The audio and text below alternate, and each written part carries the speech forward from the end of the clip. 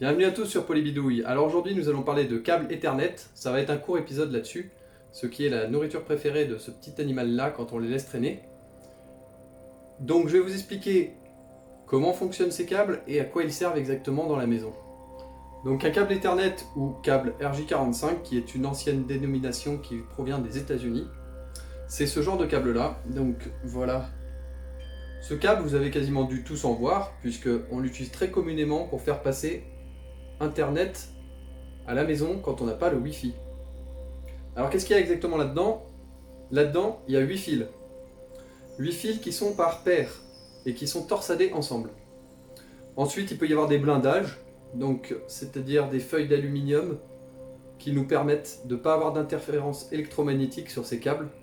Et il peut y avoir également des blindages internes entre chaque paire pour protéger les données de chaque paire et qu'elles n'interfèrent pas entre elles.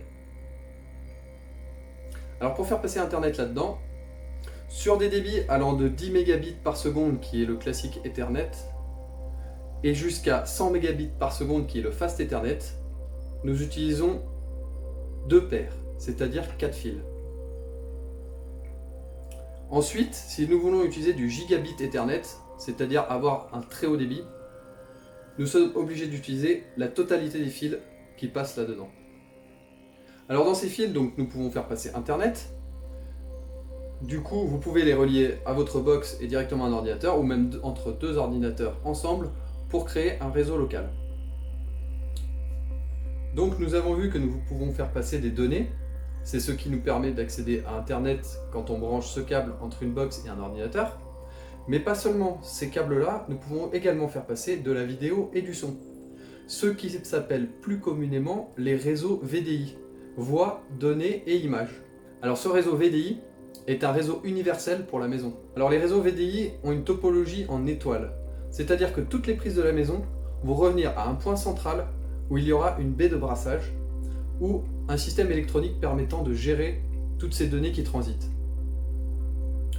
Les constructeurs en domotique utilisent énormément ce réseau pour pouvoir communiquer avec différentes choses. Le portail électrique de votre maison, la caméra qui va être à un endroit, pouvoir rediriger l'image ailleurs, peut-être des caméras qui sont en IP, donc c'est-à-dire sur le réseau, pour pouvoir faire de la surveillance, ou alors différents actionneurs qui permettent d'ouvrir les portes, d'allumer les lampes, etc. Tout peut transiter par ce réseau-là. A savoir que maintenant, dans les nouvelles constructions, les réseaux VDI sont imposés par les normes, tout comme les prises électriques.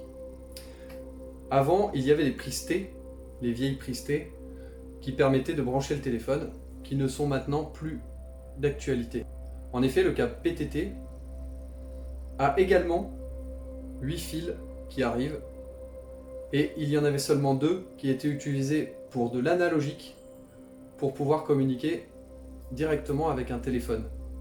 Maintenant, quasiment tout est au numérique et la plupart des téléphones passent par votre box internet. Pour un bricoleur en électronique, c'est très important d'avoir un câblage Ethernet et un réseau VDI dans sa maison, car nous pouvons également faire passer les protocoles que nous voulons à travers ces fils.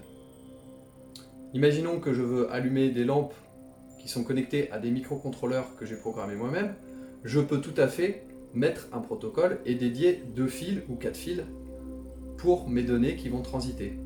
Alors si ça vous intéresse, je vous montrerai comment connecter ce genre de câble dans une unité de brassage pour pouvoir faire transiter l'ensemble des données, vidéo, audio et les données pures à travers le réseau en étoile que nous allons créer dans la maison. Alors comme pour le réseau électrique, nous n'allons pas faire passer ce genre de câbles là qui ont déjà des connectiques, nous allons faire passer juste un câble dénudé au bout et nous permettre de mettre une prise où nous pourrons brancher ce genre de câbles qui iront à notre appareil. Alors quand nous choisissons des câbles Ethernet comme ça, il y a différentes catégories. Ici on peut voir catégorie 5E. Donc c'est un câble qui pourra faire passer uniquement 6 gigabits par seconde au maximum. Alors au niveau des catégories, nous allons oublier toutes les anciennes catégories. Par contre, il y a catégorie 5 où nous allons pouvoir faire passer 100 mégabits par seconde. Sur la catégorie 6, nous allons faire passer 2,5 gigabits par seconde. Sur la 6A, nous pourrons faire passer 10 gigabits par seconde. Sur la 7, nous pourrons faire passer 100 gigabits par seconde. Il faut savoir qu'au niveau des connecteurs, c'est le même principe. Il faut prendre des connecteurs qui sont adaptés au câble que vous avez pris si vous voulez respecter la vitesse de transmission maximum. Alors il y a juste un petit détail que je n'ai pas dit sur les câbles qui relient nos appareils entre eux, comme ce câble-là, c'est qu'ils peuvent être croisés ou non croisés. Quand un câble est croisé, c'est-à-dire que les paires peuvent être inversées d'un côté par rapport à l'autre au niveau de l'emplacement de la connectique. Donc si vous voulez plus d'infos là-dessus, je vous invite à vous renseigner. Mais la plupart des appareils aujourd'hui se débrouillent automatiquement avec des câbles droits et croisent le signal s'ils ont besoin de croiser le signal. Alors pour finir pour aujourd'hui, nous allons parler des alimentations PoE, c'est-à-dire que nous pouvons alimenter aussi des appareils via ces câbles en utilisant des paires où il va y avoir 48 volts qui va passer dessus pour pouvoir alimenter des caméras ou des téléphones ou d'autres modules domotiques ou autres. Selon les normes, nous pouvons aller de 13 watts à 30 watts. Alors j'espère que cette vidéo vous a plu. Aujourd'hui c'était beaucoup d'informations sur ce câble-là. Ça nous permettra la prochaine fois de voir comment câbler un réseau VDI à la maison et pouvoir faire tous les branchements internes dans la maison. Tu dis au revoir aux gens? Et après tu auras le droit de bouffer le câble. Et surtout n'oubliez pas de vous abonner et de partager la vidéo. Abonne-toi, abonne-toi.